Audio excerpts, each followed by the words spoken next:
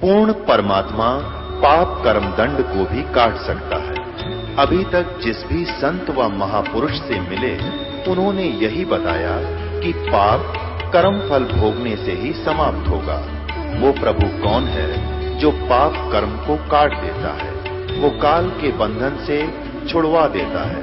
उसका क्या नाम है, पूजा की विधि क्या है? कृपया अवश्य सुनिए जगत गुरु तत्वदर्शी संत रामपाल जी महाराज के अमृत वचन। जब युधिष्ठिर राजगद्दी पर बैठ जाता है, उसको भयंकर सौपन आने शुरू हो जाते हैं। आपने सुनी होगी ये कथाएं, खूब सुन रखी है। तो जब ये भयंकर सौपन आते हैं, रात्रि को नींद आनी बंद हो जाती है, बिलखता है, रोता बैठ जाता है। पांडु, चार पांचों पांडवों को पता चला कि भैया तो सो नहीं पा रहा है, कहानी क्या है। और वो बताना नहीं चाहता कि भैया अपने कष्ट को मैं आप ही झेल लूंगा। क्या होता है कि जब द्रौपदी ने देखा रात्रि में कि युधिष्ठिर सो नहीं रहा है, आज दिन 5 हो गए, खाना भी नहीं खाता है, तब उसने चारों पांडवों को कहा कि तुम्हारा भैया बहुत परेशान है, इसकी परेशानी पूछो, ये बताना नहीं चाह रहा। चारों भैया जाकर के हाथ जोड़ के अपने बड़े भैया के सामने कहते हैं, क्या भैया आपको क्या परेशानी है, आप सोते नहीं? नहीं, बिल्कुल ठीक हूं, मुझे कोई तकलीफ नहीं है। कहा नहीं भैया, आप छुपा रहे हो, क्या आप हमें अपने भाई नहीं जानते? क्या हम आपके दुख में दुखी नहीं हो सकते? यूं कहकर रोने लग जाते हैं। जब युधिष्ठिर कहता भाई बात सुनो, बात बहुत खराब है। उसको तो मालूम था सारा कि गीता में भगवान ने कहा था तुम्हारा पाप नहीं लगेंगे, और बिना पापों के ये मुझे जो दिखाई दे रहे ऐसे कोई होता नहीं। कहने लगा भैया मुझे ऐसे ऐसे स्वप्न आए हैं, बिना सिर के आदमी दिखाई देते हैं, बहनें रोती हुई नजर आती हैं जो अपनी चूड़ी फोड़ रही हैं, विधवा हो रही हैं, और मुझे कोस रही है कि नीच आत्मा, हमारे पतियों के खाकर तू राज कर रहा है। तो कहता भाई क्या बताऊं, मैं तो मेरे तो ऐसा हालत हो शायद मर ना जाऊं, तो क्या करें? तो अर्जुन कहता है, तो सहदेव कहता है कि सहदेव बहुत विद्वान थे, सहदेव को ब्राह्मण कहा है, विद्वान पुरुष का, पंडित थे, पंडित की संज्ञा में सहदेव को लिया गया है। विद्वान पुरुष को पंडित कहते हैं, कोई जाति की फीस से पंडित नहीं बनता। सहदेव ने कहा कि एक काम करो, भगवान कृष्ण से पूछो, वही समाधान देंगे हमें। कृष्ण जी से पूछा कि भगवान ऐसे ऐसे हमारे भैया को बहुत बुरे सौपन आ रहे हैं, 5 पांडव गए उनके पास, इसका कारण तथा समाधान बताइए। कारण बताया कि जो युद्ध में तुमने बंधुघात किया है, जो भाई मारे हैं अपने, ये तुम्हें दुखदाई हो रहे हैं। भाई भी मारे हैं, यानी अपने रिश्तेदार मारे हैं, और ना जाने कितने व्यक्तियों को, सैनिकों को, उनके बच्चों को नाश कर दिया, पत्नी विधवा बना दी। तो कहने लगा वो तुम्हें दुखदाई हो रहे हैं भाई, वो पाप तुम्हें दुख दे रहे हैं, वो तुम्हें पाप लगे हुए हैं। अब विचार करना, गीता में वो भगवान कह रहा है कि पाप नहीं लगेंगे, और वही कृष्ण जी फिर कह रहा है कि तुम्हें पाप लग गए। अर्थात कृष्ण जी अब सच्ची बता रहे हैं, क्योंकि अब कृष्ण जी अपनी आत्मा से भगवान के लेवल से बोल रहे हैं। उसमें काल दबाव देकर अपनी बोली बोल रहा था। कृष्ण जी ने कहा भाई ये तुम्हें पाप करे है ना, तुमने ये दुख दे रहे हैं, इसका समाधान बताओ भगवान। समाधान है कि अश्वमेघ यज्ञ करो, और ऐसा अश्वमेघ यज्ञ करो कि सारी पृथ्वी के जीवों को आमंत्रित करो, मनुष्यों को, देवताओं को चिट्ठी भेज दे, वो भी भोजन पा जाए, और कोई संत पृथ्वी पर बाकी ना रहे।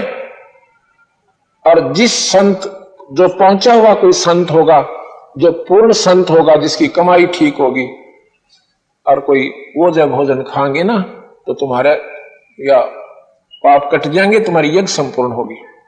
यज्ञ की संपूर्णता का प्रतीक क्या बनाया? एक शंख रख दिया 5 मुंह का, पंचमुखी, उसको पंचानन भी कहते हैं, पंचायन भी कहते हैं।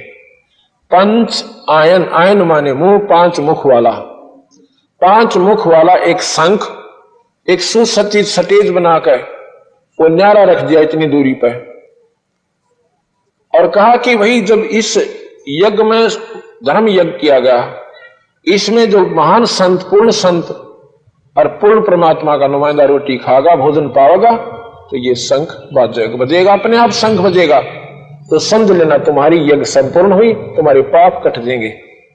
अब तैयारी हुई, दूर दूर के संतों को, भक्तों को, सबको आमंत्रित किया। 33 करोड़ देवता यज्ञ में आगे, 56 करोड़ यादव भी आगे, 88,000 ऋषि, 9 नाथ, 84 सिद्ध और स्वयं कृष्ण भगवान, सभी ने भोजन खा लिया, लेकिन शंख नहीं बजा। युधिष्ठिर कहता, भगवान शंख नहीं बजा, क्या कारण है? और साथ में कहता युधिष्ठिर, भगवान हमने अनर्थ कर रखा है, हमने ना मेरा कितनी बहनों को विधवा कर रखा है, ना जाने कितने बच्चों को नाश कर रखा है, उनकी आंसू भी नहीं सूखी आज तक, और आज ये हमारे पाप कट नहीं सकते, ये शंख नहीं बज सकता, हम पापी इतने हैं मालिक। कृष्ण जी कहता, भाई इनमें शंख बजाने वाला कोई महात्मा है ही नहीं। आपने सुना होगा, ऐसी बात नहीं है कि इनमें जितने भी ये महापुरुष बैठे, इसमें कोई शंख बजाने योग नहीं है, यज्ञ संपूर्ण करने योग नहीं, ना ये महर्षि और ना ये देवता, ना 9 नाथ, ना 84 सिद्ध, ये वशिष्ठ मुनि जैसी तोब बैठी, ये भी भक्ति अधिकारी नहीं है। ये भक्ति नहीं चाहती, ये मान बढ़ाई के भूखे बैठे हैं। युधिष्ठिर, किसी ने कोई सिद्धि कर रखी है, किसी ने ज्ञान प्राप्ति कर ली, उसमें फूला फिरस है। साहब के दरबार में ये गायक कोट अनंत, और 4 चीज चाहते हैं, रिद्धि सिद्धि मान महंत। साहब के दरबार में ऐसा कोई एक इन चारों को त्याग कर और चाहो पुरुष लेख। वो कहने लगा, महाराज जी आप क्या कर रहे हो भगवान, मेरी बुद्धि काम करना बंद कर गई। ऐसे ऐसे महापुरुष, गोरखनाथ जैसे सिद्ध पुरुष बैठे, जो सोने का पहाड़ बना दिया था और अपने गुरुदेव को हड्डियों को चुप कर और मुछंदरनाथ बना दिया था, क्या ये भी भक्ति अधिकारी नहीं है? कि नहीं भाई, कृष्ण जी बोला, भक्ति के लक्षण न्यारे होते हैं। युधिष्ठिर का ना समझ में आई ये बात है कि महाराज जी आज कौन सा स्टेशन पकड़ गए, ये कृष्ण जी कौन से नंबर से बोल रहे हैं आज? ये इसे महापुरुषों को कहते हैं, ये भक्ति अधिकारियों को ना। कृष्ण जी भगवान युधिष्ठिर के मन की बात को समझ के, युधिष्ठिर मेरी बात में भ्रम है कुछ? अब भ्रम नहीं मानता जी आपकी बात में, पर मेरे हृदय में प्रवेश करती है कोई आपकी बात कि ये भक्ति अधिकारी को ना। अग दिखाओ। एक बार ऐसे कर दिया भगवान कृष्ण जी ने, अकीब देख इनको, वो सारे महात्मा को गधा बना बैठा, कोई कुत्ता, कोई सुअर, किसी का शेर, सांप का मुंह लग रहा। अब ये यहाँ जितनी साधना करे स्वर्ग में जाओगे, वहां देवता बन जाएंगे, देवता की कमाई खा के ये गधे कुत्ते सुअर बनेंगे जितने आज बैठे, इनमें भक्ति ठीक हो ना। इतना सुनकर युधिष्ठिर ने बोला, भगवान अपनी लीला न उल्टी ले लो, वापस लो, इस लीला को मैं नहीं देख सकता। कृष्ण जी बोले, यह लीला नहीं है, यह सच्चाई समझ लेना बीरा। फिर बोले, भगवान फिर मारी यज्ञ का के बनेगा, ये कैसे पूरी होगी? हम तो मर गए। कि पूरी कराने वाला मैं बताता हूं कौन है। एक सुदर्शन, एक बंगी के घर में जन्म है उसका, वाल्मीकि के घर में। ये द्वापर की बातें हैं। द्वापर में भगवान कबीर साहब करुणा में नाम से आए थे, करुणा में। सतयुग में सत्सुकृत नाम से आए थे, त्रेता में मुनींद्र नाम से आए थे, और द्वापर में करुणा में नाम से, और कलयुग में ये कबीर नाम चलेगा। इस कबीर भगवान का, पूर्ण परमात्मा का। उस समय करुणा में नाम से ये कबीर भगवान आए हुए थे, और उस समय एक सुदर्शन नाम के वाल्मीकि ने, वाल्मीकि एक जाति है, वो वाल्मीकि नहीं जिसने रामायण लिखी थी, उसके बाद तो ये जाति शुरू हुई थी वाल्मीकि, वो त्रेता की बात है। ये द्वापर का जिक्र मैं कर रहा हूं। सुदर्शन नाम के सुपथ उस समय कहते थे, जैसे आजकल हरिजन कह दें। सुपथ सुदर्शन यानी हरिजन सुदर्शन। आज की भाषा में समझाऊंगा आपको। ये सुपथ कहा करते पहले दूसरी जाति वालों को, और उसमें से भी वो वाल्मीकि यानी भंगी जाति में था। लेकिन यही बताना चाहते हैं हम कि भगवान पाने के लिए कोई जाति और मजहब कोई इसमें काम नहीं करता। परमात्मा के पाने के लिए हृदय साफ चाहिए। किसी भी जाति या मजहब में इंसान है वो परमात्मा पा सकता है। कबीर साहब का करुणामय का नाम लिया उसने और डट के भक्ति करी सतलोक की। गरीबदास जी कहते अनंत कोट ब्रह्मा हुए अंत कोट हुए ईश, ये विष्णु के से करा कितने गोलिए, अरे सतपुरुष तेरी बंदगी तो जीव हो जा जगदीश। ये सतपुरुष से पूर्ण परमात्मा तेरी भजन करने से इस संत के अंदर वो गुण आ जाएंगे जो भगवान में होया करें।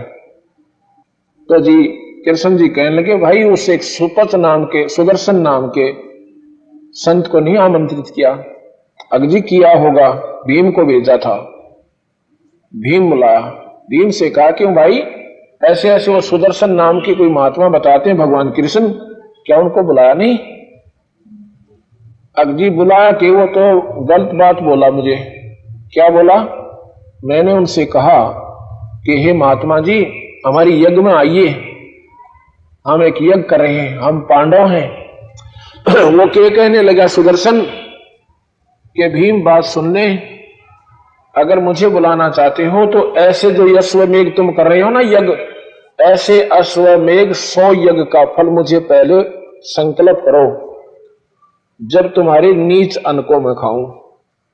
तुमने इतना अनर्थ कर रखा, कितने यज्ञ कर लो भाई, तुम्हारा पाप को निकट है। और तुम्हारे अन्न जो तुम्हारे अन्न को खाएगा वो भी नरक में जाएगा, इसलिए मैं नहीं आऊंगा तुम्हारे यहां। अब युद्ध भीम का गुस्सा उठा और गुस्से में आकर कहने लगा, उसने सोचा ये ना होगा के किला टूटेगा, मैं चाहिए 360 पर बोलना ठीक ढंग से। तो न्यू कह चल पड़ा। महाराज जी के बोलने थे उस समय, तो बिना दिमाग का आदमी है क्या कह दे, मोटे दिमाग का था, पहलवान था, को नहीं बोले जी अच्छा भाई ठीक सा। तो कृष्ण जी कहने लगे भाई उस महात्मा को नहीं बुला कर लाए कि जी वो तो ऐसे ऐसे बोला और मैंने तो आपकी शर्म करी ना, उसने कूट का हूं। भीम बोला, युधिष्ठिर कृष्ण जी बोले नादान, संतों के प्रति ऐसी भावना भी कर ली ना तूने, तू तो गया काम तय। संतों के प्रति कभी भी ऐसा विक्षेप नहीं आना चाहिए था, आपने मुझे बताना चाहिए था। वो क्या कहा उन्होंने, हम कोई समाधान करते, हाथ जोड़ते, प्रार्थना करके लाते ऐसे महापुरुष को, ऐसे बोलते हैं नादान। चल मेरे साथ, 5 पांडवों को और साथ में भगवान कृष्ण ने बोला नंगे पैरा चलो। नंगे पैरा, और क्योंकि उनकी गांठ बनी हुई थी, काम अड़ा पड़ा था। स्वयं भगवान कृष्ण 3 लोक के मालिक, क्योंकि ये सतोगुणी बहुत हैं। इन जैसा नरम हृदय, इन जैसी परमात्मा इस ब्रह्मांड में नहीं है, इस ब्रह्मांड में नहीं है। परमात्मा माने श्रेष्ठ आत्मा, ये तीनों परमात्मा हैं, ब्रह्मा विष्णु महेश, ये श्रेष्ठ आत्मा, सबसे उत्तम आत्मा, तभी तो इनको रिस्पॉन्सिबल ये पोस्ट दी गई है। ये परमात्मा उत्तम आत्मा, बहुत दयालु है, तीनों के तीनों अति दयालु। लेकिन भाई इनकी ड्यूटी गलत ठहरेगी। अब कितना अच्छा जर्नल हो और कितना महान आत्मा हो, नरम आत्मा हो, जब ऑर्डर गवर्नमेंट का होगा कि फायर, उसने ऑर्डर देना पड़ेगा कि फायर, क्योंकि उसकी ड्यूटी ऐसी है। ऐसे अपने कर्मों के अपनी ड्यूटी के आधार पर ये अपने कर्म पर आरूढ़ है, पर इनकी आत्मा बहुत उत्तम है, बहुत श्रेष्ठ आत्मा, दयालु है। तो जी कृष्ण जी कहने लगे मेरे साथ चलो, इस समाधान ढूंढेंगे। 5 पांडव, 6ठे भगवान कृष्ण उस सुदर्शन के झोपड़ी पर जाकर भगवान कृष्ण दंडक प्रणाम करते हैं समेत मुकुट के, क्योंकि ये नरम आत्मा बहुत है। अब भगवान कृष्ण प्रणाम कर रहा है तो पांडवों के पैर कहां, वो 5 के 5 वो भी दंडोत प्रणाम करते हैं। अगर वो दंडोत प्रणाम नहीं करते साधु नहीं आते। साधु भूखा भाव का, धन का भूखा ना, अर्जय को धन का भूखा, पर वो साधु भी कोई ना। कृष्ण जी से कहा सुदर्शन ने, ये भगवान ऐसा ना करो, मैं गरीब आदमी और आप 3 लोक के मालिक और इस तुच्छ जीव के आगे प्रणाम कर रहे हो, ये भगवान आपकी महानता का अंत नहीं। कृष्ण जी कहने लगे भगवान मैं खूब जानू आपने, आप एक बार हमारी प्रार्थना है, हम आपको आमंत्रित करने आए हैं, आप एक बार ना राजा युधिष्ठिर की यज्ञ में चलो, भोजन पाओ मालिक। कबीर साहब यानी वो सुपथ जी कहने लगे सुदर्शन जी कि भगवान मैंने ये खड़ा ना, ये मोटे से यो बलशाली भीम, इससे मैंने जो बात बताई थी भाई बता दे मैंने क्या कहा था। भीम ने कहा जी महाराज ने कहा था कि 100 अश्वमेघ यज्ञ का संकल्प पुण्य मुझे कर दो तब तुम्हारे भोजन खाऊं। आज भी शर्त मेरी वही है, सुदर्शन जी बोले। लेकिन ये कृष्ण जी जानी जान थे, वो ये कबीर साहब ने ये वाणी चारों युगों में लिखी है, पर इनकी महिमा इनकी कीमत को जान नहीं पा। कबीर साहब कृष्ण जी कहते हैं भगवान इसको सुदर्शन जी को कि आपकी ही वाणी है, क्योंकि कबीर साहब की वाणी पर आधारित थे सुदर्शन जी कि आपकी वाणी है कि साध मिलन को चालिए तज माया अभिमान, और जो जो कदम आगे रखे ओहे यज्ञ समान। हम पांचों ये पांडव और छठा में हम छहों के छहों राजा हैं और नंगे पैरा नतमस्तक होकर आपके दरबार में आए हो। आप जानी जान हो, हमारे हृदय में देख सकते हो आज कोई से का अभिमान नहीं, क्योंकि कृष्ण जी का तो अभिमान था ही नहीं, और उस भीम में थोड़ा बहुत था, वो काम अड़ गया उनका, तो अभिमानी उसमें भी ना रह रहा था। हे परमात्मा ये जानी जान आप अंदर से घूम सकते हो, यहां से वहां से यहां तक हम जितने कदम रख कर आए हैं आपकी वाणी के आधार पर ये इतने अश्वमेघ यज्ञ के तुल्य पुण्य हो गया। संत मिलन को जाइए तज माया अभिमान, और जो जो पग आगे रखे ओहे यज्ञ समान। तो भगवान कृष्ण कहते हैं आप अपने 100 रख लो मालिक, और बाकी हमारे झोली में डाल दो, हमारा भी कल्याण हो जाए। यहां वो प्रसन्न हो जाते हैं सुदर्शन जी। अब चलो चलते हैं। सुदर्शन जी का हुलिया कैसा था, जैसे जंगली लोग रहा करें, थोड़ी थोड़ी दाढ़ी बढ़ रही, पुलज पुलज बाल, नाना जैसे ईसा कौन से साबन थे पहले, लांडी धोती गोड्या ते घुटनों तक की धोती बांध रखी, और टूटे टूटे जूते लितर यानी जूते पहन रखे, और उनके पीछे पीछे एक फटी सी चादर कांधे पर रखे जान लग रहे। और वहां बैठे मंडलेश्वर सारे बड़े बड़े। जब वो सुदर्शन जी प्रवेश करते हैं सभा में, तो सब मुंह पे पल्ला रखकर हंस रहे हैं। वो महात्मा, वो ऋषि जी अतयु लाए शेर ढूंढ गए, यो शंख बजाओगा इनका। भगवान कृष्ण ने अपने हाथों उनका आसन लगा के यहां बैठो महाराज। द्रौपदी से कहा अर्जुन जी ने, कृष्ण जी ने, कि द्रौपदी बहन मोहन भोजन बढ़िया बना दे, देखिए इस महापुरुष से तुम्हारी यज्ञ संपूर्ण होगी देखना। तो द्रौपदी ने अपना तन मन धन से बहुत प्यार के साथ भोजन बनाया, और 36 व्यंजन डालकर नाना प्रकार के हलवे, पूरी, कचौरी, खीर, काजू, बालूशाही नरे नरे बना के, और नारी नारी कटोरियों में रख के चांदी की थाली में, और उस महापुरुष के सामने रखती आदर से। अब वो महात्मा ने सोचा कि ये मन इतना बिगड़ैल है, इतना बदमाश है कि आज ये नाना प्रकार के भोजन खाएगा ना, स्वाद लेगा, कल फिर चाहेगा यूं वहां जाकर। मैं घास खाने वाला व्यक्ति, मैं घास तोड़कर साग खाने वाला, और ये बीमारी बढ़ जाएगी। उसने क्या किया कि वो सारे के सारे इकट्ठे कर लिए व्यंजन, खट्टे मीठे हलवे पूरी सारा की खिचड़ी बना ली, और द्रौपदी देख रही है। खाना बनाने वाली बहन का एक विशेष दृष्टिकोण होता है कि मैं अतिथि के लिए अच्छे से अच्छा भोजन बनाऊं, कहीं ये बाहर जाकर मेरी बुराई ना कर दे कि इसी बेसुरी थी, ऐसी अलखनी थी जिसने रोटी भी अच्छी तरह बनानी कोई नहीं आई। जो रोजाना भोजन बनाते अतिथि के लिए 21 बनाया जाता है, अच्छा बनाया जाता है।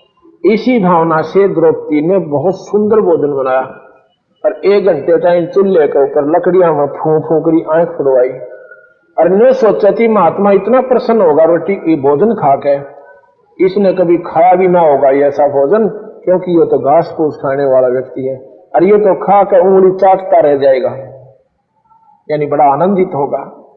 और जब उसने देखा वो तो सारा काम बिगाड़ दिया, तो द्रौपदी के मन में खोट आ गया। मन में क्या आता है कि ये शूद्र, ये छोटी जाति वाला, इसने भोजन भी ना खाना आता, ये काहे का शंख बजाएगा।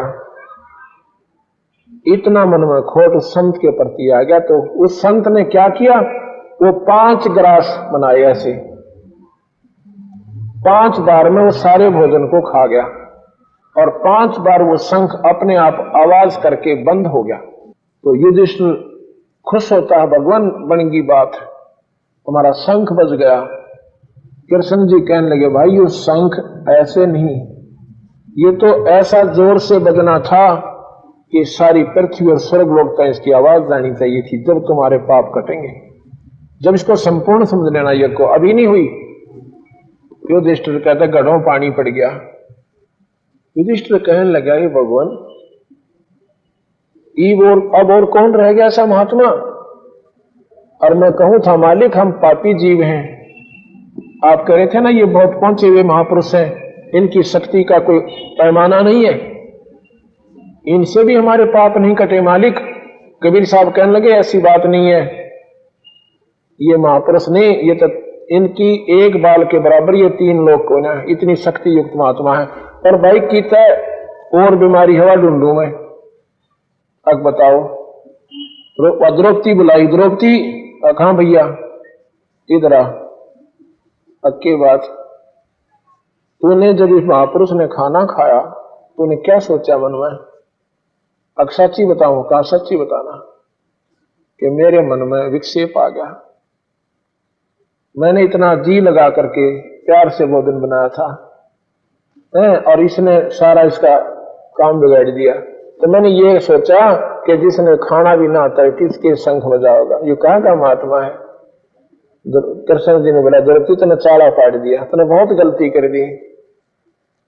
ये पूर्ण परमात्मा है, अनंत कोटि ब्रह्मांड के मालिक। क्योंकि उस नुमाइंदे संत के अंदर वो परमात्मा स्वयं प्रवेश कर जाते हैं, वो गुरु की शक्ति उसमें प्रवेश कर जाती है। अन्य बोला द्रौपदी, यहां गरीबदास जी कहते हैं कि व्यंजन 36 परोस या जहां द्रौपदी रानी, बिन आदर सत्कार कही ना शंख रे वाणी। द्रौपदी से थी कृष्ण देव जब ऐसे भाख्या, इस बाल्मीकि के चरणा की तरह ना अभिलाषा। न बोला द्रौपदी, यो तने के कहते हैं यो शंख प्रेम पंचायन भूख है अनजग का खाजा। ऊंच नीच द्रौपदी ने कहा, शंख इसलिए नहीं बाजा। कृष्ण जी ने बोले, तूने ये खाना खिला दिया महात्मा को, मोल ले लिया क्या इसको?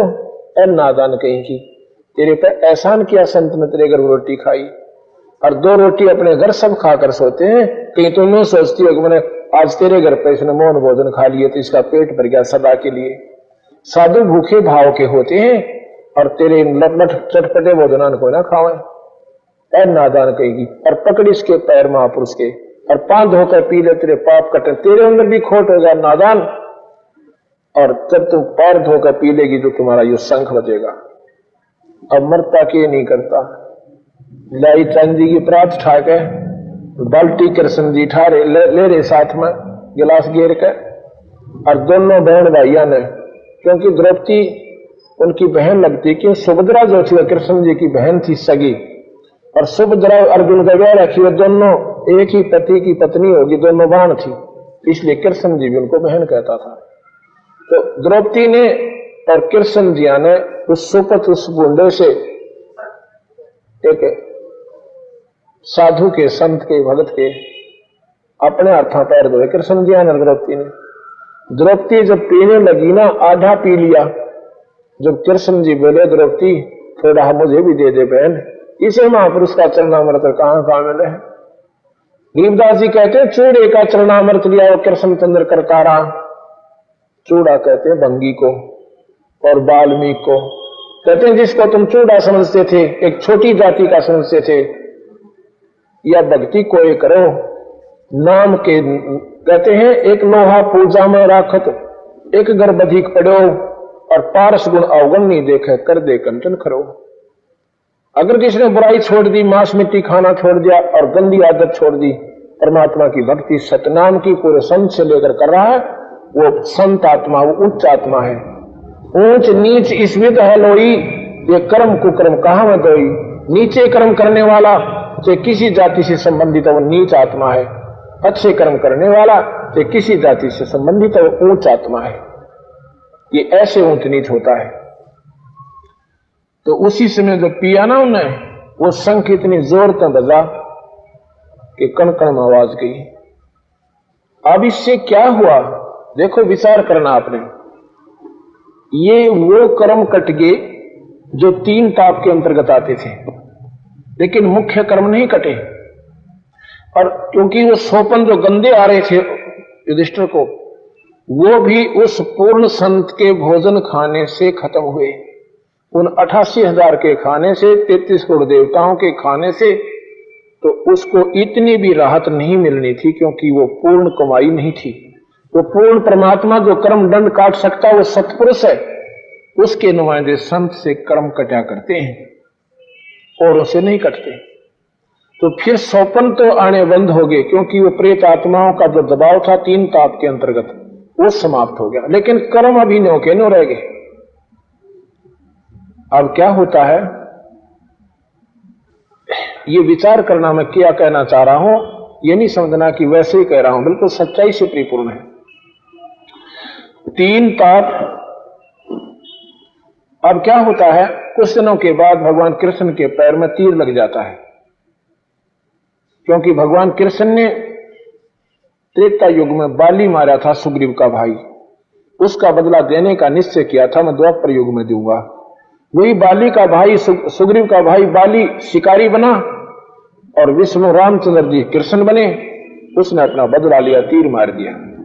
भगवान जब मरने लगा, तड़पने लगा, विषाक्त तीर था, उसने 5 पांडव बुलाए, कहने लगे भाई बात सुनो। युधिष्ठिर आकान जी, मैं जा रहा हूं अपने लोक को, मैं स्वर्गलोक जा रहा हूं, और तुम मेरे सबसे प्यारी आत्मा हो, 500 के 500। एक मेरी प्रार्थना सुन लो। क्या? कि तुम अब इस राज को छोड़ दो, हिमालय में जाकर तप करके अपने शरीर को गला दो। अर्जुन कहता है काहे को भगवान, कि तुमने जो महाभारत में पाप किए थे ना, वो तुम्हें दुखदायी होंगे, और अपने शरीर को गला दो, तुम्हारे पाप खत्म हो जाएंगे। अर्जुन पहले नहीं बोला जो भगवान ने वहां कहा था कि तुम अश्वमेध यज्ञ कर लो, तुम्हारे पाप कट जाएंगे, तुमने भाई मार रखे हैं, तुमने सैनिक मार रखे हैं।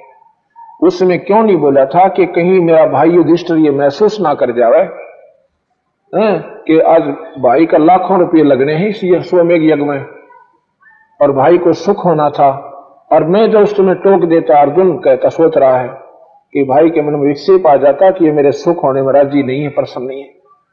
उस समय भी कहना चाहता था अर्जुन कि आप ये क्या कह रहे थे गीता जी में कि तुम्हें पाप नहीं लगेंगे, तुम निमित्त निमित्त बना रहा हूं, और ये पाप कहां से आ गए। लेकिन अब मुंह खोला अर्जुन ने, कहने लगा भगवान मैं एक बात पूछूं? अब पूछो। देखो सच्ची बताना, आप अंत समय पर बैठे हो। कहा बिल्कुल सच्ची बताऊंगा अर्जुन, पूछ मेरे से क्या पूछना चाहता है। आपने महाभारत में क्या कहा था कि भाई तुम्हारे पाप नहीं लगेंगे, जब गीता जी आपने बोला, और फिर अश्वमेध यज्ञ करवा के तुम्हारे पाप कट जाएंगे। आज फिर कहते हैं वो जो बंधु घात किया था और जो तुमने मनुष्य मारे थे, उनके पाप तुम्हें भुगताई है और हिमालय में गल जाओ। भगवान या कहानी की हमने साची बताओ।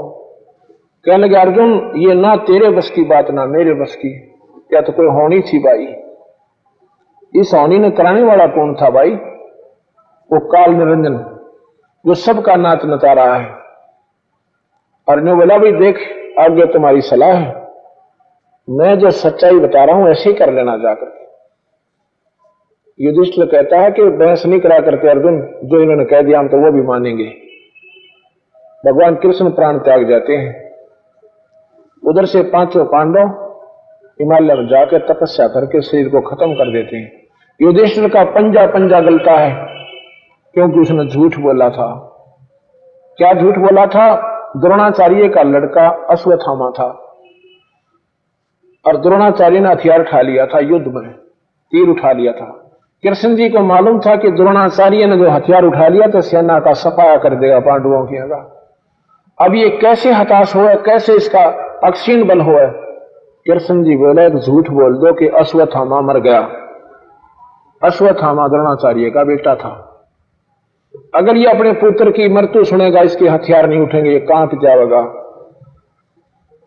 तो भाई इसने ये मानने किसकी, युधिष्ठिर की मानेगा और किसी की नहीं मानने। एक ने जाकर कह दिया कि अश्वत्थामा द्रोणाचार्य तेरा पुत्र मर चुका है, मारा जा चुका है। कहने लगा मैं नहीं मान सकता, मेरे पुत्र ने कोई मार सकता है। दूसरे ने कहा कि अश्वत्थामा मर चुका है। द्रोणाचार्य कहता मैं नहीं मान सकता, मेरा पुत्र मर सकता है तुम्हारे से।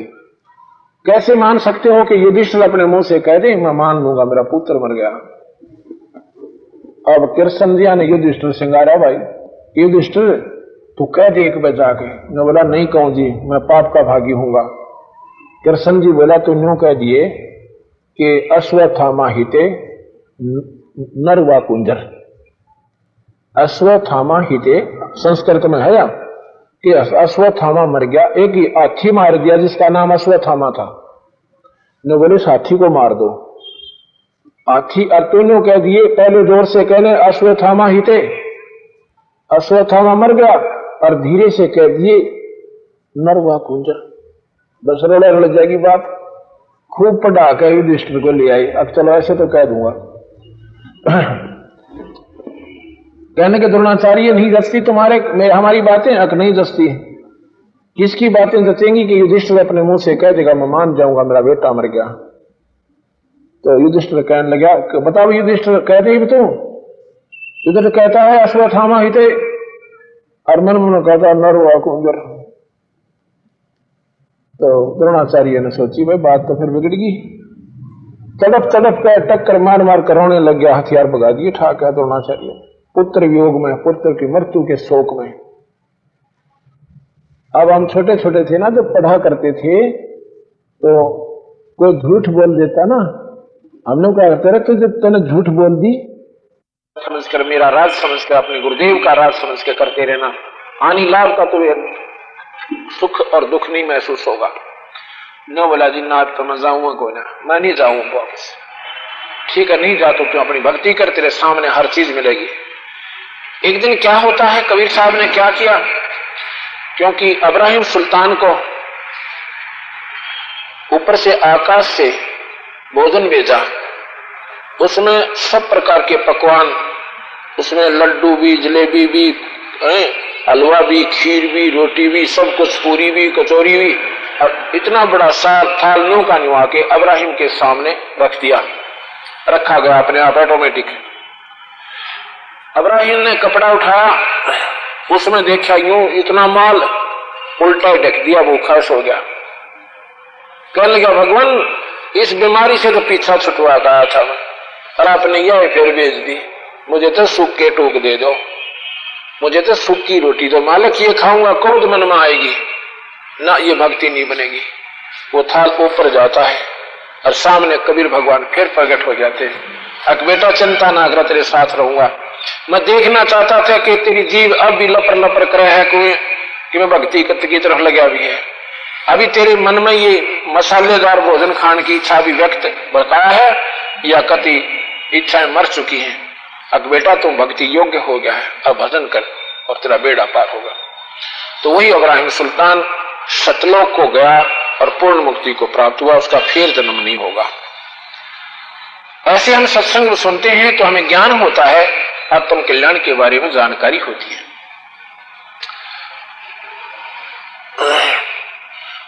आजा बंदे शरण राम की, फिर पीछे पछतावेगा भाई। आजा बंदे राम की, फिर पीछे पछतावेगा। बाढ़ की भीत पवन का खंबा, कद लग खैर मनावेगा। बाढ़ की भीत खंबा, कद लग खैर मनावेगा। आजम तेरे घटने घेर तू राम कहन ना पावेगा। भाई आजम तेरे घटने घेर तू राम कहन ना पावेगा। भाई आजा बंदे शरण राम की फिर पाछे पछे। भाई आजा बंदे शरण राम की फिर पीछे पछतावे। काल बलि तेरे सर पे बैठा बोझा पकड़ ले जावेगा।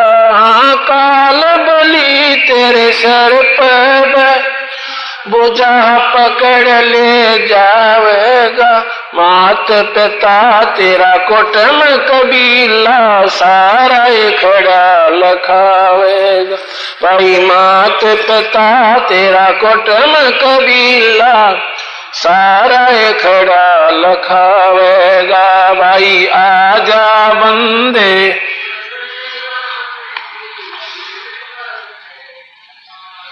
गा। भाई आजा बंदे शरण राम की फिर पीछे पछतावे। धर्म राय तेरा लेखा लेगा वहां क्या बात बनावेगा। धर्म राय तेरा वहां के बात बनावेगा। लाल खांब से बांधा जा बिन सतगुरु कौन छुटावेगा। लाल खांब से बिन सतगुरु कौन छुटावेगा। भाई आजा बंदे शरण राम की फिर पीछे पछता। भाई आजा बंदे शरण राम की फिर। दिया लिया तेरे संग चलेगा धरा डकार जावेगा। दिया लिया तेरे धरा डकार जावेगा। कहे कबीर सुनो भाई साधो करनी के फल पावेगा। हाँ कहे कबीर भाई साधो करनी के फल पावेगा। भाई आजा बंदे शरण राम की फिर पीछे पछे।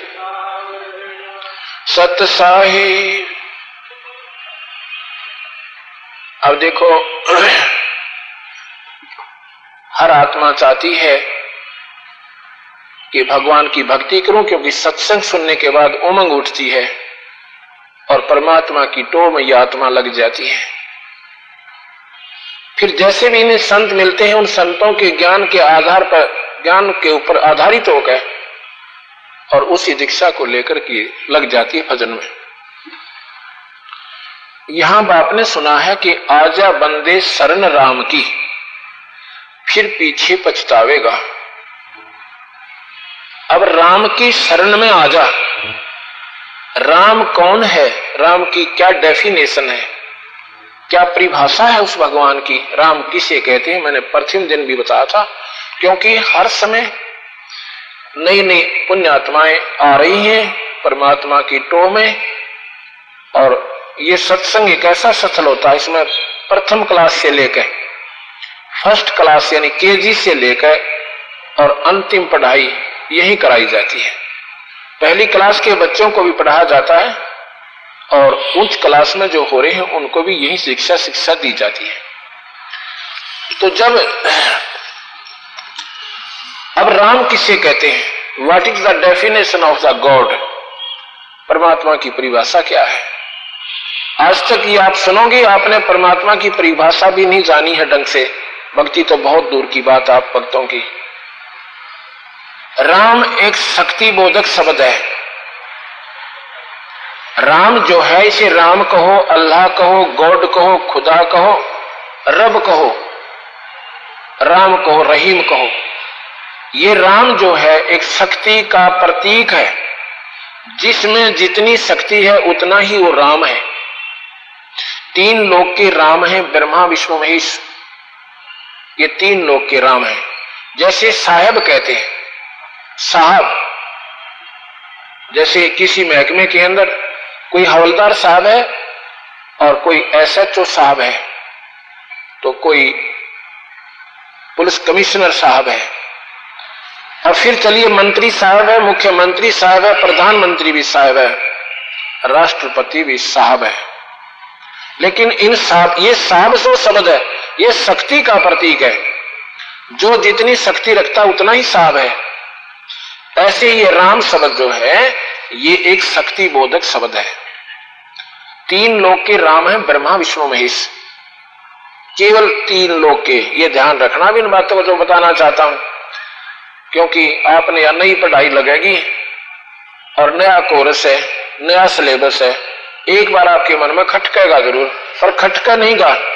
अगर आप ध्यान पूर्वक सुनेंगे फिर जाके इन शास्त्रों को उठाकर देखोगे जो आपके पास विद्यमान होंगे, क्योंकि पुण्यात्मा कहीं ना कहीं कोशिश करिए परमात्मा की पाने की। तीन लोक के भगवान है ब्रह्मा विष्णु महेश। 21 ब्रह्मांड का मालिक है काल, 1000 भुजा है उसकी, और वो ब्रह्मा विष्णु महेश के पिताजी हैं। उसको काल क्यों कहा गया? उसने श्राप लग गया था, 1 लाख जीव उसने रोज खाने पड़ते श्राप बस, और 1.25 लाख उत्पन्न करता है। ये उसको बीमारी लग गई, श्राप लग गया। कहां लग गया? सतलोक में थे हम सभी, वहां इसने गंदी गलती कर दी थी। यह शेरा वाली जो आप देखते हो माई, ये निरंजन की पत्नी है और ये ब्रह्मा विष्णु में इसकी माता है। अब ये जो बात आप सुनोगे ना, आपको बड़ा अचंभा सा लगेगा कि ये कैसे हो रहा है कि ये तो अजन्मा है, ये तो न्यूज है, ये फलाना है, क्योंकि ये हमने शास्त्र ढंग से पढ़े को ना, सुनी सुनाई बातें करी। ये देवी भागवत में उस दिन भी दिखाई थी, इसमें आप पढ़िए 3 स्कंद में। ये देवी श्रीमद देवी भागवत महापुराण, ये कहां की है? रणधीर प्रकाशन हरिद्वार से प्रकाशित है। ये हिंदी प्रकाशन है, ये संस्कृत में उपलब्ध होती थी, अब इनका हिंदी अनुवाद हुआ है। इसमें आप साफ पढ़ोगे कि ये ब्रह्मा विष्णु में इसकी माता है और इनके पिता सनातन भगवान ब्रह्म है, निरंजन है। ये प्रकीर्ति देवी नाम है इसका। आप विष्णु पुराण में पढ़िए कि विष्णु का परम रूप काल है। वो विष्णु कौन है? वो काल निरंजन अपने 3 रूपों में ब्रह्मलोक में रहता है।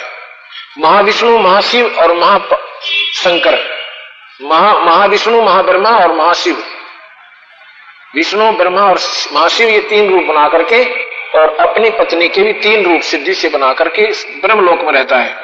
उसके 3 पुत्र हैं। बड़े का नाम ब्रह्मा है, दूसरे का विष्णु, तीसरे का शिव है। जैसे होम मिनिस्टर सेंटर में भी होता है, होम मिनिस्टर स्टेट में भी होता है, ऐसे इसने अपने पुत्रों को 3 लोक का राज दे रखा है। इसमें क्या है कि ब्रह्मा शरीर बनाता है, विष्णु पालता है, शिव जी मारकर 1 लाख रोज अपने पिता के पास पार्सल कर देता है। ये यहाँ का हार्ड एंड फास्ट रूल है, ये बिल्कुल अटल नियम है। आप देखते हो 1 लाख परिवार रोज टक्कर मारकर होते हैं, उनको काल खाता है। कौन काल? जो गीता जी में कहता मैं काल हूं भाई और सबको खाने के लिए आया हूं। ये विचार करना पड़ेगा आप लोगों ने। आप ये मत समझना कि मैं रुक के मारो सो माइक लगाकर झूठ बोल रहा हूँ। माइक के अंदर आदमी सच्चाई कहता है, और ये शास्त्र आपके पास है, इनको पढ़कर देखना। उसमें लिखा है अर्जुन क्या देख रहा है? अर्जुन जब भगवान, वो क्या है कि कृष्ण के शरीर में ये काल निरंजन प्रवेश कर गया था। ये फिर बताना चाहता हूं, क्योंकि नादान आत्माएं जो पहली बार आती हैं महसूस करती होंगी कि ये महात्मा जो है कति बौड़ी बू चला गया, भोला है, ये शास्त्रों को उलट पुलट कर रहा है। बिल्कुल नहीं कर रहा, 100 की 100 बता रहा हूं आपको, क्योंकि शास्त्र आप लोगों तक पहुंचे नहीं थे। भगवान कृष्ण लड़ाई के कति विरुद्ध थे, नहीं कराना चाहते थे।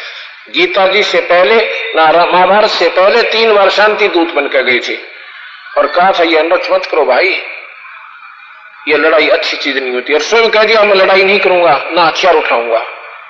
वो कति लड़ाई के विरुद्ध थे। वो सतोगुणी भगवान है। भृगु ने छाती में लात मार दी थी भगवान का, और फिर भी उसको माफ कर दिया था कि कोई बात ना ऋषि जी, आपके कोमल पैर थे, कहीं चोट तो नहीं लगी। और वही महात्मा, वही भगवान फिर ये कहा कि लड़ ले अर्जुन। ये बात कति समझ में नहीं आती। अब आई, क्योंकि वो काल भगवान है ना, काल, उसकी 1000 भुजाएं और उसका बहुत विकराल रूप है, वो देखा भी ना जापते हैं। वो गुप्त रूप में आकर जब देखा कि अर्जुन तो लड़ने से मना कर रहा है, और कृष्ण जी अभी कह देगा कि चल भाई अर्जुन, मैं तो पहले ही मना कर रहा था, लड़ाई अच्छी चीज कोई नहीं। अर्जुन कहता हम मांग कर खा लेंगे भगवान, इस लड़ाई तो अच्छा था, इस अनर्थ के राज को हम नहीं भोगेंगे। तो वो काल जो 1000 भुजा का जो निरंजन लोक में रहता है, जिसको निरंकार भगवान मानते हो आप लोग, उसकी गुप्त शक्ति यहां काम कर रही है। वो आकार में अपने लोक में रहता है, गुप्त रूप में आया, कृष्ण जी के शरीर में प्रवेश किया और अपने तक का ज्ञान, ब्रह्म तक का ज्ञान श्रेष्ठ दे दिया। गीता जी में ज्ञान इस 3 लोक का सबसे उत्तम ज्ञान है, इसमें कोई शक नहीं है। लेकिन उस काल तक ही पूजा है, निरंजन तक की पूजा है, जो 1 लाख जीवों को रोज खाता है। ये बताता हूं आपको। 11वें अध्याय का 40वां श्लोक सुनाता हूं। मैं आपको वैसे ही देखना चाहता हूं, कैसे सिर पे मुकुट, हाथ में गदा, चक्र, सुदर, जब वो बूंदी शकल दिखाई ना, विराट रूप उस काल ने अपना स्वरूप दिखाया, तो इसी बुरी शकल, उसके इसे बूंदे बूंदे मुंह, गंदे गंदे, और इसी शकल देख चल डर लग गया। अर्जुन जैसे योद्धा भी कांप गए, और भगवान ने देख के कभी डर लगता है? वो भगवान नहीं हो सकता जिससे डर लगे, और राक्षस हो सकता है। कृष्ण जी के साथ वो गौएं भी फिरा करती थी और उसके पीछे पीछे घूमा करती, उसके लाड करा करती। कृष्ण जी के दर्शन करने से गोपिकाएं अपनी शांति पाती थी, ब्रज के लोग उनका दर्शन करके बड़े खुश होते थे। वो भगवान की संज्ञा में थे, वो परमात्मा थे, यानी 3 लोक की ईश्वरीय शक्ति से परिपूर्ण थे, सतोगुणी थे, उनके दर्शन से सुख होता था। लेकिन वो इसी बूंदी शकल का उसका महाप्रवेश कर गया भगवान कृष्ण का। ये कवर है, ये खोखा है हमारा, जैसे टेप रिकॉर्डर होता है ना, उसमें दोनों सी कैसेट डाल जाएंगे, वह बोल रहा है कि उसमें चाहे फिल्मी ला लो और चाहे उसमें भाई अपने धार्मिक लगा लो। तो उसमें वह कैसेट जो है वह दूसरी डलगी, काल वाली, निरंजन की, ब्रह्म की। तो उसने अपनी सारी गाथा गाई दी और लड़ाई करवा दी। 1 लाख का कोटा पूरा करना था, वो पूरा कर लिया। अभी आपको सुनाता हूं। 1000 भुजा का काल भगवान है, ये केवल 4 भुजा के भगवान है, ब्रह्मा विष्णु महेश्वर। यहां लिखा है 40वें श्लोक में 11वें अध्याय का, पढ़ना दोबारा जाकर ध्यान से। अर्जुन कहता है भगवान, मैं आपको उसी रूप में देखना चाहता हूं, हाथ में चक्र, गदा और शंख पद्म आदि लिए हुए। इसलिए हे सहस्रा बाहो, हे 1000 भुजा के भगवान, आप अपने चतुर्भुजी रूप उसी चतुर्भुजी रूप से शंख, चक्र, गदा, पद्म सहित हो जाइए। ये 1000 भुजा कितना आगे वह कृष्ण जी की, फिर कहां से आगे? कृष्ण जी की तो 4 भुजा है, वो विष्णु अवतार थे। ये कहते हैं हे 1000 भुजा के भगवान, अपने 4 भुजाले रूप में आ जाइए। और वो कहता है अर्जुन, मैं सबको खाने के लिए आया हूं, मैं बढ़ा हुआ काल हूं, एक को भी नहीं छोड़ूंगा। तो वो काल है ही, वो निरंजन था जो भगवान कृष्ण के शरीर में प्रवेश कर गया। और वो कह सारे न खाऊंगा, देवता ने भी खा रहे हो भगवान आप तो, अर्जुन कह रहा है, ऋषियों को भी खा रहे हो। बताओ, देवता तो भगवान की पूजा कर रहे, और देवता ऋषि उनकी पूजा करे उस काल भगवान की, और वही उनको खा रहा है। फिर पूजा का क्या फायदा होगा उसका? तो यहां भगवान कहते हैं, सुनना कबीर भगवान की। अब यहां क्या कहता है वो काल अर्जुन को? अर्जुन 11वें अध्याय का 47वां श्लोक। अर्जुन, मैंने प्रसन्न होकर अपनी समर्थता से मेरा ये अत्यंत श्रेष्ठ, वो तेरा गजब हो, अत्यंत श्रेष्ठ परम तेज स्वरूप, सबका आदि और अंत विश्व रूप तुझे दिखा है, जिसको तुम्हारे सिवा पहले किसी ने नहीं देखा। इसको तो श्रेष्ठ रूप बताओ, अपना काल है, जो कोई सा सुथरा रूप दिखाऊं तेरे ताई, और ये तेरे से पहले किसी ने नहीं देखा मेरा। उस ऐसा के दिखाने की जरूरत पड़ेगी भाई, लड़ाई करवाने के लिए वो लड़ना नहीं चाहता था बेचारा, नो ज्ञान में उलझा दिया उसने। योगी कैसे होते हैं जी, फलाना अगिया बल्ला टल जा क्यों करे। पर उस काल ने सोची तब काबू माता को ना, जब वो असला भयंकर रूप दिखाकर उस योद्धा को डरा दिया। ये गीता जी का प्रमाण आप पढ़ियो ध्यान से, इसको क्रिटिसाइज मत समझना, यही आपकी भूल होगी। क्रिटिसाइज करने से मैंने कोई ऐसा नहीं है कि भगवान का मैं दुश्मन हूं किसी का, लेकिन ये सच्चाई कहने में थोड़ी कड़वी जरूर लगेगी, पर ये कैप्सूल बड़े काम आएंगे आपके। एक बार कड़वे लागेंगे, बीमारी काट देंगे आपकी। और कड़वे कैप्सूल बिना बीमारी ना कटे, मीठी गोलियां बीमारी कटा नहीं करती। अब नो कहा मैंने यू खुश होकर दिखाया चले था, यू रूप यू खुश होकर के अपना उल्लू सीधा करना चाहता था कि ये लड़ाई हो जाए। वो लड़ाई हो ही गई, के तोड़ पाड़ दिया। नो बोला अर्जुन मैंने ये प्रश्न होकर, अच्छा फिर 11वें अध्याय का 48वां श्लोक कि अर्जुन मनुष्य लोक में इस प्रकार के विश्व रूप वाला मैं अनुष्ठान से, ना तो किसी अनुष्ठान से, ना शास्त्रों के अध्ययन से, ना दान से, ना उग्र तपों से, ना मात्र क्रियाओं से, और मेरे कृपा पात्र के सिवा किसी को दोबारा देखा नहीं जा सकता हूं। जो ये मेरा असली रूप है उस भगवान का जिसकी आप पूजा पर लगे हुए हो, कि ना तो तपों से, ना शास्त्रों के अध्ययन से। कोई कहता ना गीता जी का पाठ कर ले भगवान प्राप्ति हो जाएगी, आप भूल है आपकी। किसी भी शास्त्र के अध्ययन से ज्ञान हो सकता है, मुक्ति नहीं हो सकती। यही भूल हमारे अंदर बड़ी हुई है, क्योंकि अनजान लोगों ने ये आपके ऊपर साधना ठोक दी।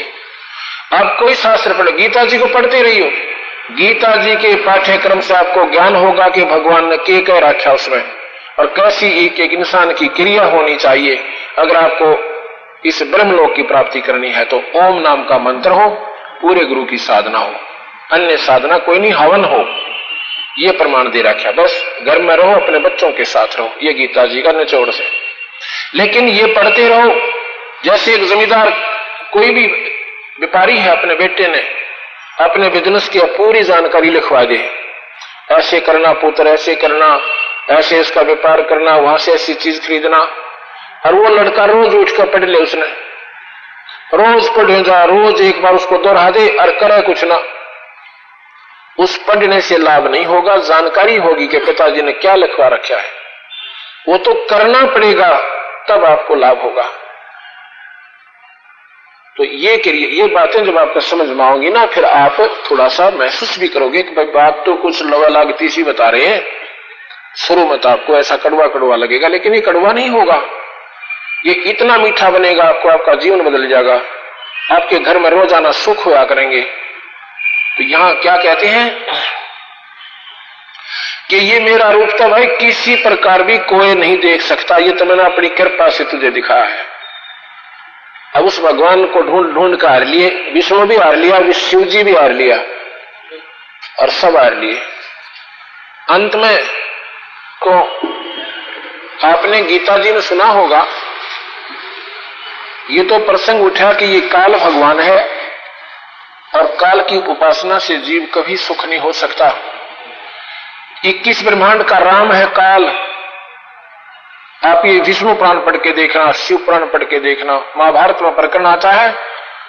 युधिष्ठिर पूछता है भीष्म पितामह से कि भगवान इस सृष्टि की उत्पत्ति कैसी हुई, ये संसार किससे पैदा हुआ। वो कहता है कि संसार विष्णु से उत्पन्न हुआ, और विष्णु का परम रूप काल है, उसका असली रूप काल है, श्रेष्ठ रूप। और वो बताने लगा कि ये परम रूप मैंने तेरे को दिखाया, वो काल रूप दिखाया।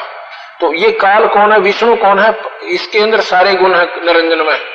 जैसे प्रधानमंत्री कहे कि मैं मुख्यमंत्री भी हूं, क्योंकि उसकी पावर उसके पास होती है।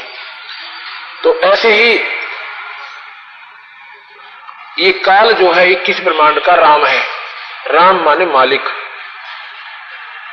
यानी परमात्मा समझो, भगवान समझो, रब समझो। इब आजा बंदे शरण राम की। मान लो आप ब्रह्मा विष्णु महेश की उपासना करते हो, तो आप काल के मुंह से नहीं बच सकते। आप स्वर्ग जा सकते हो, नरक जा सकते हो, और 84 लाख दुनिया घूमते रहोगे, यह प्रक्रिया आपकी मिटे नहीं। चाहे ब्रह्मा की उपासना करो, चाहे विष्णु की करो, चाहे शिव की करो, चाहे माई की करो, और चाहे इस काल भगवान की करो, निरंजन की। ब्रह्म ये काल है, 21 ब्रह्मांड में इसकी प्रभुता है, 3 लोक इसके प्रमुख हैं हर ब्रह्मांड के अंदर, और तीनों में ये ब्रह्मा विष्णु महेश अपने पुत्रों को बनाकर प्रभुता देता है। और ये प्रक्रिया क्या करते हैं? ब्रह्मा बनाता है, विष्णु पालक, शिव जी संहार करता है। ये आपने भी मालूम है खूब, पर न्यू ना बेरा था ये किस लिए करते हैं। अब पता चला कि इनके पिता को 1 लाख जीव खाने का एक श्राप लगा हुआ है। यदि आप इस काल तक की पूजा करोगे तो आप जन्म मन से नहीं मिट सकते। और तपस्या इस काल के लोक में एक, जहां पर ये इन जीवों को भूनता है, वहां जीव मरते नहीं है, लेकिन उनके अंदर वासनाएं निकाल कर बेहोश कर देता है, और फिर उसको 84 लाख जोनियों में कर्म आधार पर एक न्यायाधीश बना रखे। एक बार कबीर साहब के साथ ये गरीबदास जी की आत्मा जाती है, और उसको जाकर के धर्मराज के दरबार में कबीर साहब ले जाते हैं। कबीर साहब ये सुप्रीम जज भी हैं, सुप्रीम पावर है, अनंत कोटि ब्रह्मांड के मालिक हैं। जैसे हाई कोर्ट अपनी दिल्ली राजधानी है ना, हाई कोर्ट का जो सुप्रीम कोर्ट का जो जज होता है वो प्रधानमंत्री के लिए भी कुर्सी नहीं छोड़ेगा, क्योंकि वो राष्ट्रपति के द्वारा नियुक्त होता है। राष्ट्रपति जाएगा तो अपनी कुर्सी छोड़ देगा, आदर के साथ उसको बैठाएगा, क्योंकि राष्ट्रपति सुप्रीम जज भी है और 1 नंबर नागरिक है हिंदुस्तान का। वो फांसी की सजा को भी माफ कर सकता है, जिसको मजिस्ट्रेट नहीं, सुप्रीम जज भी नहीं कर सकता। सुप्रीम कोर्ट का जो है जज भी नहीं उसको माफ कर सकता, और वो कर सकते हैं कि उनके पास ही पावर है। ऐसे कबीर साहब जब इस धर्मराज के दरबार में जाते हैं, यहाँ का जो सुप्रीम जज है, जो 3 लोग के अंदर काल ने बना रखा है, निरंजन ने, ब्रह्म ने, वो सब जीवों का लेखा जोखा करता है।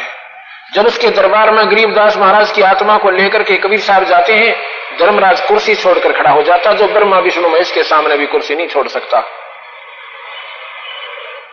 और कहता यहां बैठो भगवान। कबीर साहब कहते मेरी बात सुन ले।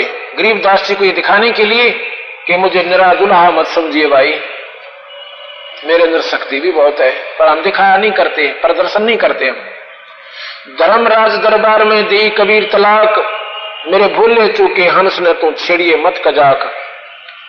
जैसे बड़ा अधिकारी छोटे अधिकारी पर डांट लगाता है, उसको हुक्म सुनाता है, ऐसे ही कबीर साहब ने उस सुप्रीम जज को, न्यायाधीश को यानी धर्मराज से कहा कि मेरे किसी भी हंस को खबरदार देते ने लेखा जोखा भी किया है तो उनको मेरे पास भेज देना। बोले पुरुष कबीर से, पुरुष माने भगवान, बोले पुरुष कबीर से धर्मराज कर जोड़, तुमरे हंस को छेड़ू नहीं मैंने 2 लाख करोड़। ने बोला भगवान तेरे हंस ने नहीं छेड़ू, मैंने ये 100 बार दुहाई करता हूं, आपके हंस ने कौन छेड़ दे, हमारी क्या हिम्मत लेखा जोखा करें। पर परमात्मा एक बात पूछूं आपसे, पूछो, आपका जब नाम लिया उन्होंने, उससे पहले उनके कर्म बहुत गंदे हैं और वो मेरे बही खाते में चढ़े हुए हैं, और यहाँ का नियम है कि कर्म भोगना पड़ेगा, कटेगा नहीं, चाहे ब्रह्मा हो, चाहे विष्णु हो, चाहे शिव हो, और चाहे आम जीव हो। तो इसका मालिक मेरे को कुछ समाधान दो ताकि मैं अपने कागजों से फारिग कर सकूं इसे। इससे पहले के जो कर्म है, अरे वो चाहे बेशक नाम ले रहे हैं, उनको तो मुझे सजा देनी पड़ेगी, क्योंकि मेरे कानून के अंतर्गत आता है। कहते हैं मदहारी जारी नरा भांग तमाकू खा, पर दारा पर घर तक्या उनको ल्योक ना। आपकी सन्मानित से पहले उन्होंने ये भांग तमाकू शराब सारा कुकर्म कर रखा, पर नारी की तरफ ही बुरी दृष्टि देख रखी, ये तो महापापी है, इनको क्यों कर माफ करूंगा मालिक। वो बोला मैं करूंगा भाई, तेरे पर ना हो या माफ। क्या बोले, फिर कहते कर्मों से तीरथ है, वो कर्म उनके न्यू के न्यू रखे हुए हैं और ईब आपका नाम जप रहे हैं, और मुख से कहे कबीर। धर्मराज बोला उनको निश्चय पकड़ूंगा जी, जड़ दो तो जंजीर, क्योंकि मेरे कानून के अंतर्गत आ रही हैं। तो क्या बोले कबीर साहब के कर्म ब्रह्मांड इस ब्रह्मांड के मैं पल में कर दूं नेस, इनको काट दूंगा सारों को, और जिन हमारी दोही दी सो करो हमारा पेश। जिन हमारा नाम लेकर ये कहा कि मैं कबीर हंस हूं, मेरे पास भेज देना, लेखा जोखा भी मत करना। उस दिन के बाद गरीबदास जी की हिम्मत बंद की, वे तो भगवान पड़े हैं कति। कबीर साहब के हंस को धर्मराज का कोई दूत लेने नहीं आएगा, उनका हिसाब किताब ये काल निरंजन के लेखाकार नहीं करेंगे, वो सीधे कबीर भगवान के पास जाएंगे। और यहां पर इस ब्रह्मांड के अंदर भी कबीर साहब का एक राजदूत भवन है, जैसे विदेशों में होया करे दूसरे राजों का, कंट्री का, देश का, तो वहां पहुंच जाएंगे हम। अब जो हंसात्मा हमारा नाम लेंगे उनको धर्मराज के पास नहीं जाना पड़ेगा, उनको कर्मों का दंड नहीं भोगना पड़ेगा।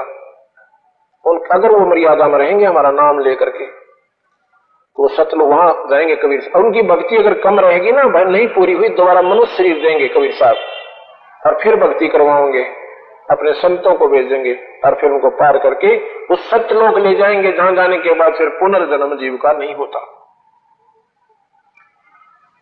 अब मैं आपको एक छोटी सी कहानी सुनाऊंगा, आपने सुन बहुत राखी है वह, लेकिन उसका सार नहीं मिला आपको। आपने गीता जी में सुना है कि भगवान काल निरंजन ने कहा, अब ये प्रश्न उठा है ना आपका कि भाई गीता जी भगवान कृष्ण ने सुना, हमने कहा नहीं, महाभारत में प्रकरण आता है। अर्जुन पूछा भगवान युद्ध के बाद, घने दिन पीछे, काफी दिनों के बाद, जब वो द्वारका जाने वाले थे, कहते हैं भगवान वो गीता एक बार मुझे फिर सुना दे। कृष्ण जी बोले भाई मुझे तो जो की तो अब याद नहीं, वो क्या कहा था मैंने। और अर्जुन पर डांट मार रहे हैं कि श्रद्धाहीन है तू, तो बुद्धिहीन है, तूने वो बात याद क्यों ना रखी, सारा ज्ञान। अर्जुन कहते हैं मुझे तो कुछ याद नहीं, ये महाभारत है मेरे पास, ये महाभारत है, इसके द्वितीय भाग में न्यू का न्यू लिखा हुआ जो मैं आपको सुना रहा हूं, ये बहुत पुराना शास्त्र है। आगे फिर सुनना, गीता में कहा काल ने कि अर्जुन तो लड़ाई कर ले, तुझे पाप कोई नहीं लगेगा, ये तो मैंने मार रखे तो निमित्त बनाना है। अब ध्यान से सुनना, ये बातें आपको विचार करने पर मजबूर करेंगी, आपने पुनर्विचार करना पड़ेगा, शास्त्रों को फिर पढ़ना पड़ेगा अगर आत्म कल्याण चाहते हो। ये होया कि जब राजा युधिष्ठिर, और फिर और सुनो, भगवान कृष्ण तो कहता मुझे कुछ याद नहीं, और वही गीता जी वेद व्यास ने जो की तो लिख दी। वही गीता जी वेद व्यासी ने सैकड़ों वर्ष के बाद लिखी। उस समय गीता जी बोली गई थी काल निरंजन द्वारा और कृष्ण जी के मुख, लेकिन लिखी नहीं गई थी। वेद व्यास जी ने ऋषि जी ने ये बाद में 18 पुराण और ये 4 वेद, गीता जी और सुख सागर, महाभारत, ये सारे दोबारा लिखे थे जो के त्यों शास्त्र। वेद व्यास जी का तो गीता जी याद है और कृष्ण जी को याद नहीं है, अर्थात कृष्ण जी ने गीता।